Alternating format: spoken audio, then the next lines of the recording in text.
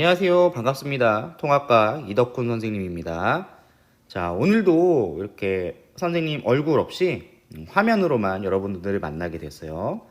선생님 노트북 웹캠이 조금 상태가 안 좋아서 원래 일찍 고쳐질 줄 알았는데 이게 생각보다 조금 시간이 걸리게 되었습니다. 그래서 AS를 맡기게 되었는데 그래서 이번 주는 아쉽지만 이렇게 화면으로 만나게 될 것 같아요.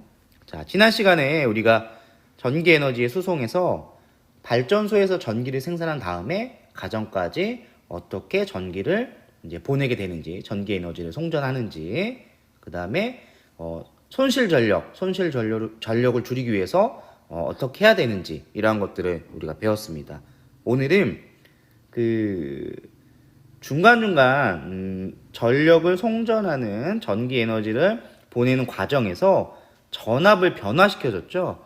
발전소에서 전기를 생산한 다음에 초고압 변전소에서 전압을 높여줬다가 가정에서는 220 또는 공장에서 한 380V 정도의 전압을 사용하기 때문에 높았던 전압을 다시 낮춰주는 이렇게 전압을 변화시켜주는 것들이 중간중간 필요했습니다. 우리가 변전소라고 했고요. 그 변전소에는 변압기라는 게 들어있습니다. 변압기. 그래서 오늘은 변압기에 대해서 살펴보도록 하겠습니다. 자, 변압기란 전자기 유도 현상을 이용해서 교류 전압을 변화시키는 장치를 우리가 변압기라고 해요. 그래서 변압기를 다시 간단하게 설명해 보면 전압을 변화시키는, 전압을 바꿔주는 장치라고 생각하면 되겠습니다. 자, 여기서 교류 전압이라고 했었는데 교류는 뭐냐면 우리가 이제 비교할 수 있는 게 직류가 있죠. 직류 전압, 교류 전압 이렇게 두 가지로 구분할 수 있는데요. 여러분들이 일상생활에서 사용하는 건전지 그리고 우리 일상생활에서 사용하는 대부분의 가전제품들은 이 직류 전압을 이용하게 됩니다. 직류 전압을. 하지만 현재 발전소에서 생산하는 전압은 대부분 거의 모든 것이 이제 교류 전압입니다. 요건 이제 뭐 역사적인 순서로 가면 이제 테슬라와 그다음에 에디슨과의 어떤 그 전기 전쟁이라고 표현할 수도 있는데요. 이런 건 이제 역사적인 측면에서 우리가 살펴볼 수 있는 거고요. 교류 전압과 직류 전압 두 가지가 있는데 그 중에서 현재는 이제 교류 전압을 사용하는 이유는 발전소에서 교류 전압을 생산하는 이유는 전압의 변화가 쉽기 때문에 직류 전압보다는 전압의 변화가 쉽기 때문에 교류 전압으로 생산을 하고 있습니다. 왜냐면 아까 이번 시간 첫 시간에 선생님이 얘기했듯이 발전소에서 전기를 생산하고 가정까지 전기를 보내기 위해서는 중간중간에 전압의 변화가 필요하기 때문에 그래서 교류 전압을 우리가 사용을 하는 거예요. 자, 교류 전압을 변화시킨다. 전자기 유도 현상이란 전기와 전기장과 자기장 사이의 관계. 전류가 흐르면 자기장이 생긴다. 그다음 자기장에 의해서 전류가 생긴다라는 것. 자기장의 변화에 의해서 전류가 생긴다라는 것이 전자기 유도 현상입니다. 원리를 볼게요. 1차 코일에 교류가 입력되면 1차 코일이 여기죠. 1차 코일에 이제 감겨 있는 코일의 감은 수를 보세요. 그다음 2차 코일도 역시 가문수를 비교를 해봅시다. 이렇게 가문수가 서로 다르게 되겠죠. 자, 다시 돌아와서 1차 코일에 교류가 입력되면 여기서 교류는 이제 교류 전압, 교류 전류라고 생각을 하면 되고요. 교류가 입력되면 철심을 통과하는 자기장의 변화가 생긴다. 여기 이제 전류가 이렇게 흐르게 되겠는데요. 뭐 이렇게 흐를 수도 있고 반대 방향으로 흐를 수도 있지만 가정을 해봅시다. 만약에 전류가 이렇게 흐른다.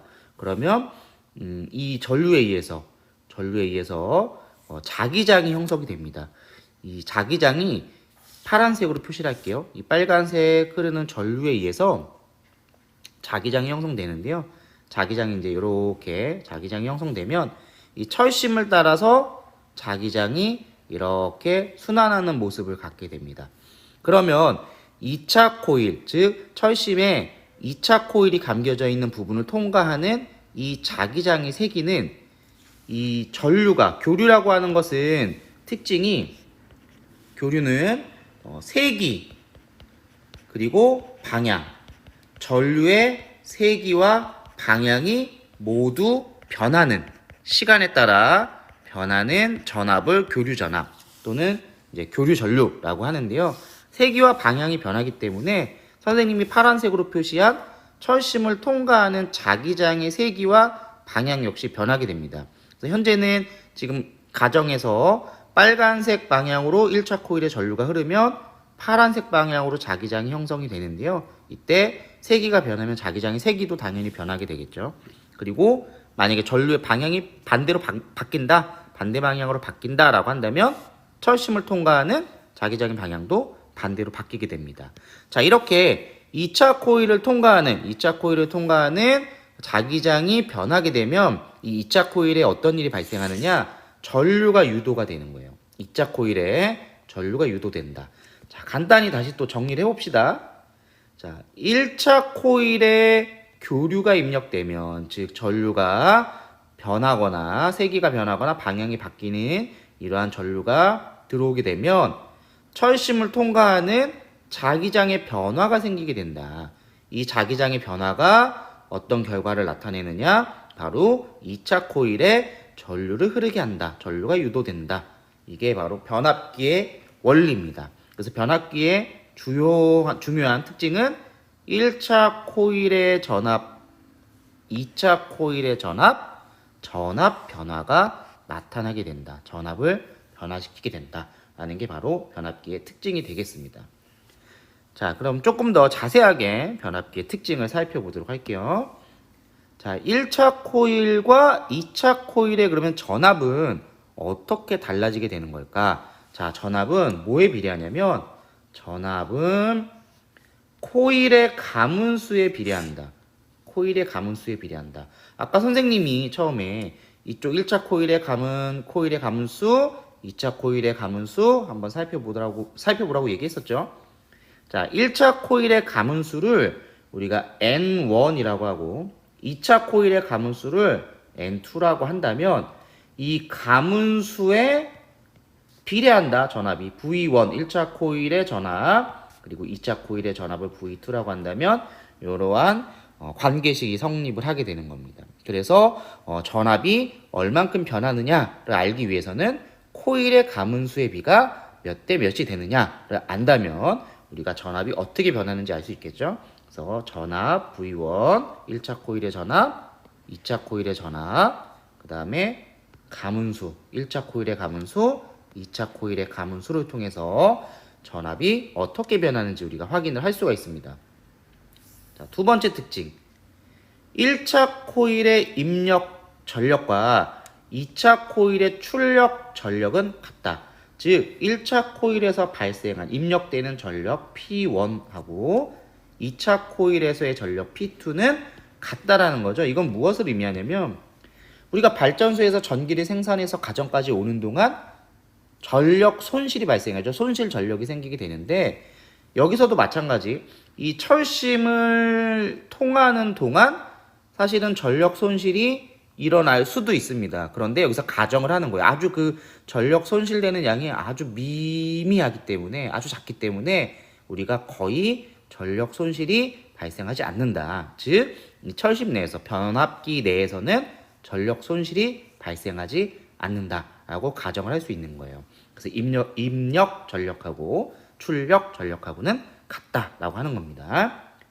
자, 그 다음 세 번째 특징이 되는 거죠. 아까 그 가문수의 비와 전압의 비는 비례한다라는 게 이제 첫 번째 특징이었고, 두 번째 특징이 1차 코일의 입력 전력과 2차 코일의 출력 전력은 같다라는 게 두 번째 특징이었고요. 세 번째 특징은 1차 코일과 2차 코일에 흐르는 전류의 세기는 코일의 가문수에 반비례한다. 전압은 비례하지만 전류는 반비례한다라는 거예요. 그래서 가문수의 비 2대 1이 전류의 비 1대 2가 되네요. 그래서 이제 2대 1, 1대 2라는 거는 실제 비율이 아니라 코일을 얘기하는 겁니다. 여러분들이 헷갈릴까봐 다시 정리할게요. 2차 코일의 가문수 대 1차 코일의 가문수는 2차 코일의 가문수의 수대 버벅거리네요. 건조해서 지금 과학실이 되게 건조합니다. 자, 2차 코일의 가문수 대 1차 코일의 가문수는 1차 코일의 전류 대 2차 코일에 흐르는 전류의 비와 같다라는 거죠. 그래서 이거를 전압과 같이 연계해서, 왜냐면 가문수의 비를 우리가 전압의 비로 나타낼 수 있기 때문에 이거를 한꺼번에 기억하는 게 여러분들이 좋을 것 같아요. 즉 아래에 있는 이 관계식을 기억을 해야지만 우리가 변압기에 해당하는 여러 가지 문제들을 해결할 수 있습니다. 요 관계식이 되겠죠. 그럼 이렇게 반비례한다라는 건 사실 어떻게 나왔냐면, 우리가 전력이라는 건 뭐예요? 전력은 전압 곱하기 전류. 우리가 지금 전압과 전류 사이의 관계를 알아보고 있기 때문에 이렇게 나타낼 수 있겠죠. 자, 1차 코일의 전력은 1차 코일의 전압과 1차 코일에 흐르는 전류, 이렇게 표현할 수 있고요. 2차 코일의 전력은 2차 코일의 전압과 2차 코일의 전류, 이렇게 표현할 수 있습니다. 그런데 두 번째 특징에서 1차 코일의 입력 전력과 2차 코일의 출력 전력은 같다라고 했기 때문에 결국은 얘네들이 같은 거죠. 얘네들이 같다. 그래서 V1, I1. 그러므로 V1, I1은 V2, I2와 같다라는 거고요. 요거를 이제 넘겨주면 양변을 전압과 전류만으로 나타내면, 자, 왼쪽에 있는 요 V1을 오른쪽으로 이쪽으로 넘겨봅시다. 이쪽으로 이렇게 넘겨볼게요. I2를 이쪽으로 이렇게 넘겨보고, 그래서 정리를 해주면, 자, V1분의 V2는 I2분의 I1과 같아지게 되겠죠. 그리고 전압의 비는 코일의 가문수의 비에 비례하기 때문에 N1분의 N2가 되겠고, 요 식이 바로 여기 나와 정리되어 있는 요 식과 동일한 식이 되겠습니다. 자, 그래서 변압기를 다시 정리해 보면요, 여러분들이 기억해야 될 특징은 이 가문수의 비례, 1차 코일과 2차 코일의 가문수의 비에 따라 1차 코일과 2차 코일의 전압의 비가 결정이 된다. 그 다음 가문수의 비에 따라 마찬가지 1차 코일에 흐르는 전류와 2차 코일에 흐르는 전류가 값을 나타나게 된다. 비에 따라 반비례한다라는 거죠.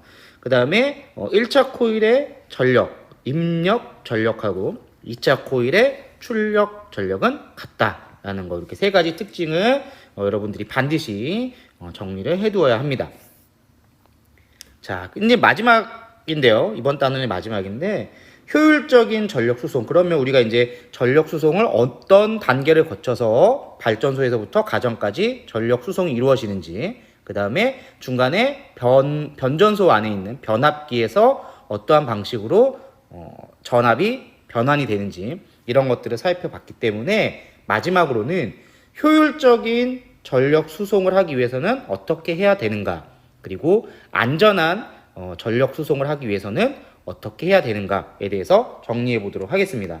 자, 먼저 효율적인 전력 수송을 하기 위해서는 첫 번째, 고전압 송전입니다. 고전압 송전은 발전소에서 전기를 생산한 다음에 바로 옆에 있는 초고압 변전소에서 전압을 높여주죠. 이 전압을 높이는 이유가 뭘까요?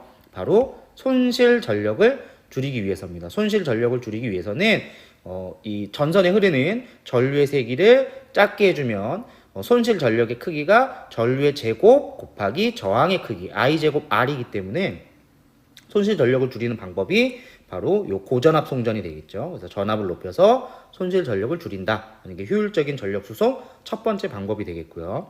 자, 두 번째는 거미줄 같은 송전 전력망. 즉, 이건 이제 먹이사슬과 같을 것 같아요. 여러분들 이제 먹이사슬 지금 배웠나요? 배웠나? 다음에 배우나?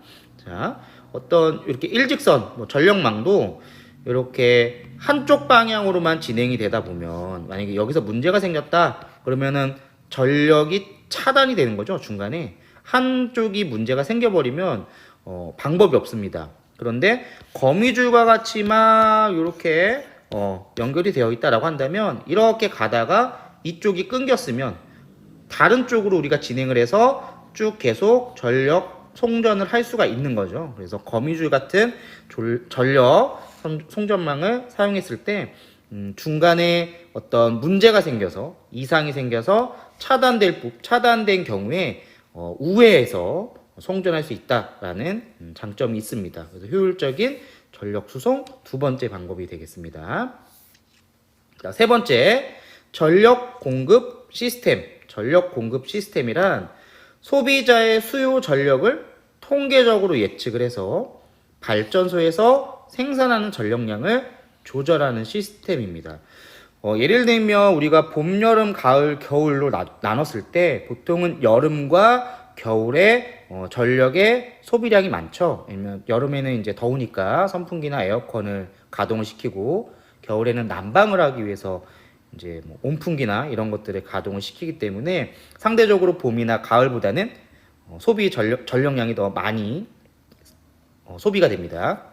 그래서 발전소에서 이러한 계절에 조금 더 전기를 많이 사용할 수 있도록 좀 더 많은 전력량을 생산을 해내는 거죠. 만들어내는 거죠. 그래서 이런 방식을 전력 공급 시스템이라고 합니다. 세 번째, 효율적인 전력 수송 방법이 되겠고요. 마지막으로는 지능형 전력망, 스마트 그리드라고 합니다. 스마트 그리드.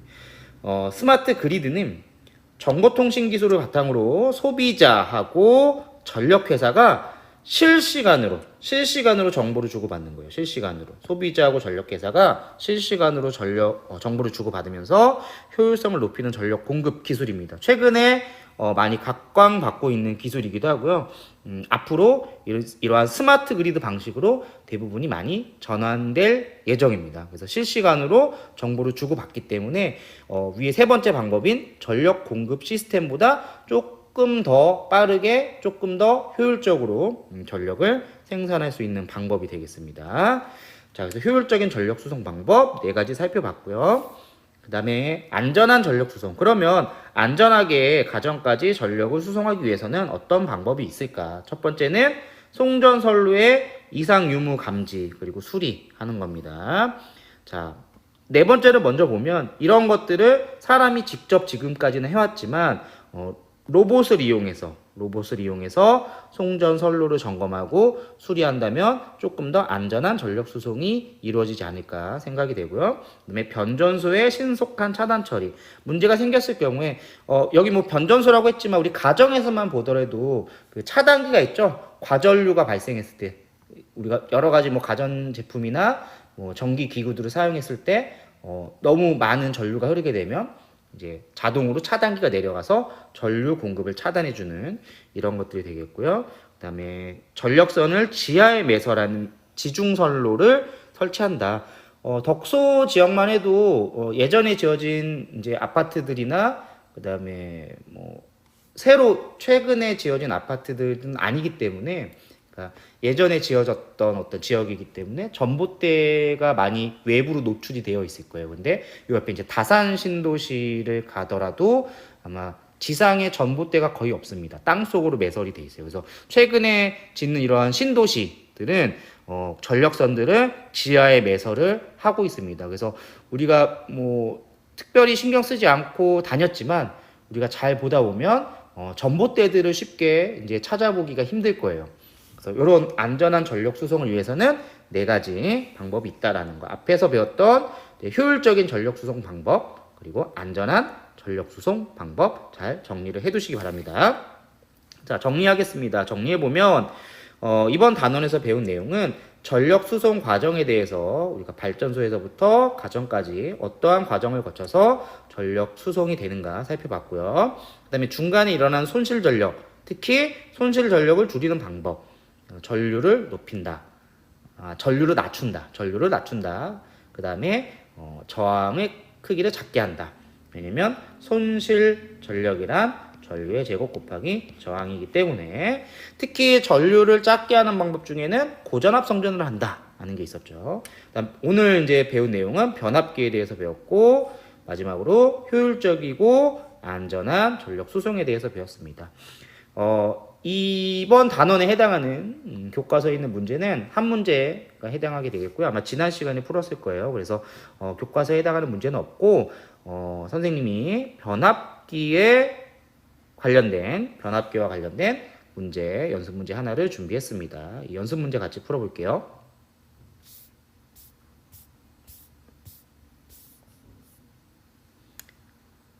자, 연습 문제 3번입니다. 변압기에 관련된 내용이 되겠고요. 자, 그림은 변압기의 1차 코일을 전압이 V1 220V인 교류 전원에 연결하고 2차 코일의 전역기를 연결한 모습을 나타낸 것이다. 2차 코일에 걸리는 전압은 110V이고 전열기의 소비 전력, 자, 2차 코일에서의 소비 전력인 거죠. 440W이다 라고 했습니다. 자, 여기서 우리가 알 수 있는 거, 전압의 비는 뭐에 비례한다? 가문수에 비례한다. 지금 전압의 비 V1 대 V2의 비가 몇 대 몇이냐면 2대 1입니다. 2대 1. 그러므로 가문수의 비, 1차 코일의 가문수의 비 대 가문수 대 2차 코일의 가문수의 비는 2대 1의 비율을 갖게 되겠죠. 그 다음에 2차 코일의 소비 전력이 440W라고 하는 것은 1차 코일에서의 전력과 2차 코일에서의 전력의 크기는 같기 때문에 1차 코일에서도 마찬가지 440W가 되겠습니다. 그리고 전력은 전류 곱하기 전압의 크기를 갖기 때문에 우리가 각각 얼마의 전류가 흐르는지 알 수 있겠죠. 그래서 1차 코일에서는 440W가 되기 위해서는 220V 곱하기 2A의 전류가 흐르게 된다라는 거 찾아낼 수 있고요. 그 다음에 2차 코일에서는 440W는 110V 곱하기 4A가 되어야겠네요. 4A의 전류가 흐르고 있다라는 거 확인할 수 있습니다. 자, 기억부터 볼게요. 1차 코일에 흐르는 전류의 세기는 2A이다. 기억은 정답이 되겠고요. 니은 2차 코일의 가문수는 1차 코일의 2배이다. 2차 코일의 가문수는 1차 코일의 2배가 아니라 2분의 1배가 되겠네요. 자, 얘는 틀렸고요. 디귿 2차 코일에는 직류가 흐른다. 2차 코일에는 직류가 아니라 1차 코일이든 2차 코일이든 전부 다 교류 전류가 흐르고 있습니다. 교류 전류가 흐른다. 그래서 니은과 디귿이 틀린 내용이 되겠습니다. 정답은 기억만 정답이 되겠어요. 자, 이렇게 발전과 신재생 에너지 중에서 전기 에너지의 수송 단원을 마치게 되겠고요. 다음 시간에는 아마 이번 시간에 조금 더 배우려고 합니다. 아직 시간이 좀 남아서 그래서 태양 에너지 생성과 전환이라는 단원 앞부분 조금 살펴보고 그 다음에 다음 시간에 이어서 배워보도록 하겠습니다. 지금 수업 끝나는 거 아니에요. 이어서 태양 에너지 생성과 전환 조금 나가보도록 하겠습니다. 자, 이번 단어는 발전과 신재생 에너지 중에서 태양 에너지 생성과 전환이라는 단원입니다. 지금 여러분도 아마 반별로 공지를 받았겠지만 수행평가가 11월 8일 또는 11월 9일 이렇게 월, 화 이틀에 걸쳐 과학 수업, 통합과학 수업이 있는 날 수행평가를 실시하게 됩니다. 수행평가 시험 범위는 1단원 발전과 신재생 에너지 중에 첫 번째 단원이 되겠죠. 전기 에너지의 생산부터 우리가 수송 배웠고 이번 단원에서 배우는 태양 에너지 생성과 전환 그리고 앞으로 4단원, 5단원까지 여기까지가 수행평가 시험 범위가 되겠습니다. 그래서 이번 주 온라인 주간에 배우는 요 내용 이번 주 온라인 주간에는 태양 에너지 생성과 전환까지 배울 거예요. 그리고 다음 주에 여러분들 등교하게 되면 이제 4단원, 5단원을 마치고 그 다음 주 이제 월화 이틀 중에 하루 수행평가를 실시하게 될 테니까요. 조금 더 신경 써서 프린트 여러분들 클래스룸에 제공해주는 학습 프린트 그리고 요 강의 PDF 자료 같이 교과서도 물론 같이 보면 좋고요. 이렇게 공부를 하면 좋을 것 같습니다. 자, 학습 목표입니다. 학습 목표. 태양에서 수소 핵융합 반응으로 에너지가 생성되는 과정을 설명할 수 있다. 그래서 수소 핵융합 반응입니다. 수소 핵융합 반응. 자, 핵융합 반응에서 질량 결손으로 에너지가 생성되는 원리를 설명할 수 있다. 질량 에너지 등가 원리가 되겠습니다. 질량 에너지 등가 원리. 태양 에너지가 세 번째, 태양 에너지가 지구에서 다양한 에너지로 전환되는 과정을 추론할 수 있다. 태양 에너지가 지구에서 어떠한 에너지로 전환이 되는지 우리가 대기와 해수의 순환 그리고 탄소의 순환 과정을 통해 한번 살펴보도록 하겠습니다. 자, 먼저 수소와 헬륨의 원자 구조예요. 수소, 헬륨 원자 구조. 자, 수소의 원자 구조를 보면 일단 원자는 원자핵이 있죠? 원자핵. 자, 원자핵이 있고 이 원자핵 주변에 전자가 위치를 하고 있습니다. 뭐 보어의 원자 모형에 의하면 전자는 원자핵 주변을 이렇게 특정한 궤도를 돌고 있는 형태가 되겠죠. 물론 여러분들이 이제 현대물리, 현대 원자 모형으로 가면 보어의 원자 모형이 아닌 다른 원자 모형을 배우게 될 텐데요. 우리가 이제 고등학교 과정에서 설명을 하기에는 이제 보어의 원자 모형으로 우리가 설명을 하게 되겠습니다. 화학이나 뭐 물리를 전공을 할 친구들 또는 화학과 물리 선택을 해서 배우게 되는 친구들은 아마 현대 원자 모형도 추가적으로 아마 배우게 될 거예요. 자, 어쨌든 수소 원자는 이 원자핵이 무엇으로 이루어져 있냐? 양성자 한 개로 이루어져 있습니다. 양성자 한 개. 양성자 한 개로 원자핵이 구성이 되어 있고요. 그 다음에 전자 한 개로 이루어져 있죠. 이게 수소 원자의 구조입니다. 자, 그 다음 헬륨.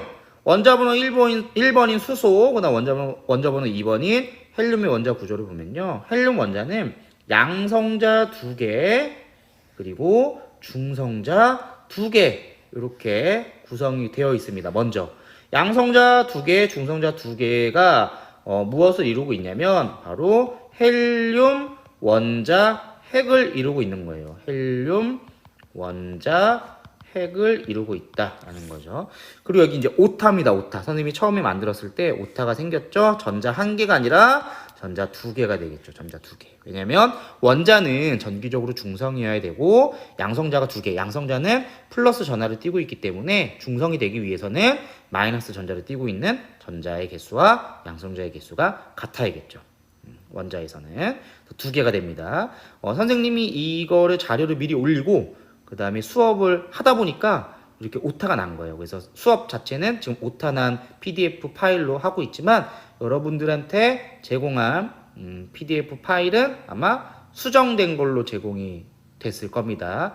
물론 수정이 되기 전 파일로 먼저 업로드 했다가 선생님이 다시 바꿨을 거예요.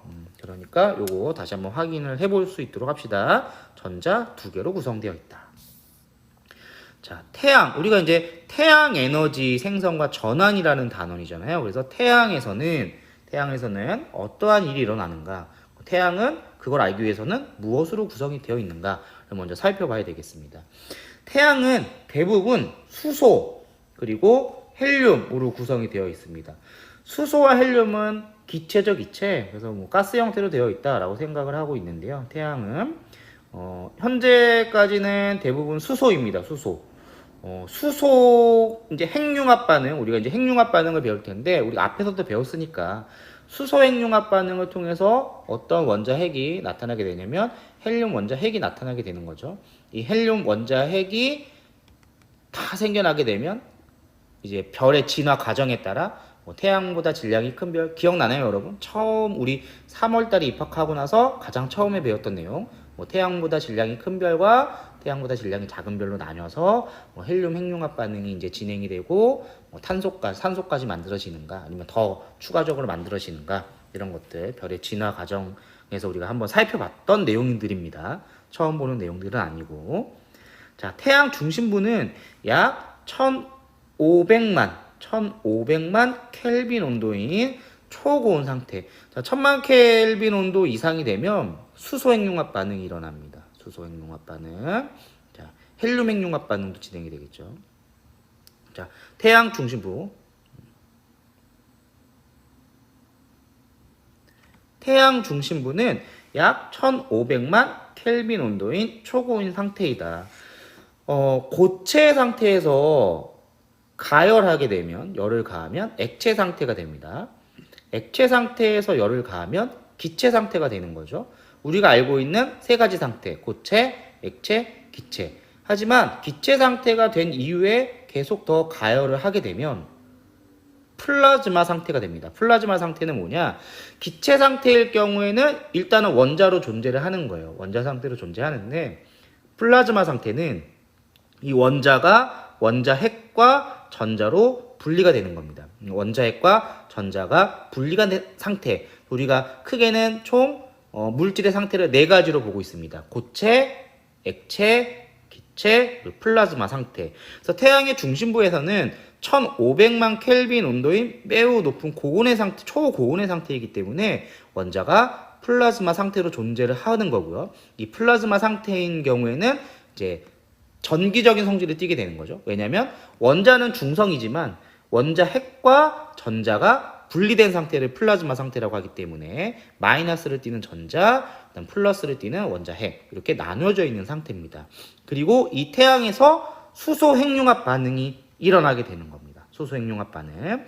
자, 그러면 수소 핵융합 반응이 어떻게 일어나는지까지 이번 시간에 배우고 다음 시간부터는 수소 핵융합 반응부터 다시 시작해서 그럼 태양에서 일어나는 수소 핵융합 반응은 어떤 반응이 일어날까? 그리고 그 이후에 태양 에너지가 어떻게 지구에서 전환이 되는가 이러한 내용들을 배우도록 하겠습니다. 자, 마지막이에요. 이번 시간 마지막. 자, 수소 핵융합 반응이란 수소 원자핵 4개가 반응하여 한 개의 헬륨 원자핵으로 변환되는 반응을 수소 핵융합 반응이라고 합니다. 자, 핵융합 반응이라는 것 자체가 원자핵이 융합해서 좀 더 무거운 원자핵으로 바뀌는 걸 우리가 핵융합 반응이라고 하는데요. 그 중에 수소 핵융합 반응은 수소 원자 4개가 반응해서 하나의 헬륨 원자핵으로 변환되는 반응을 수소 핵융합 반응이라고 합니다. 자, 이때 수소 핵융합 반응이 일어날 때 무슨 일이 일어나느냐? 바로 에너지가 방출이 되는 거예요.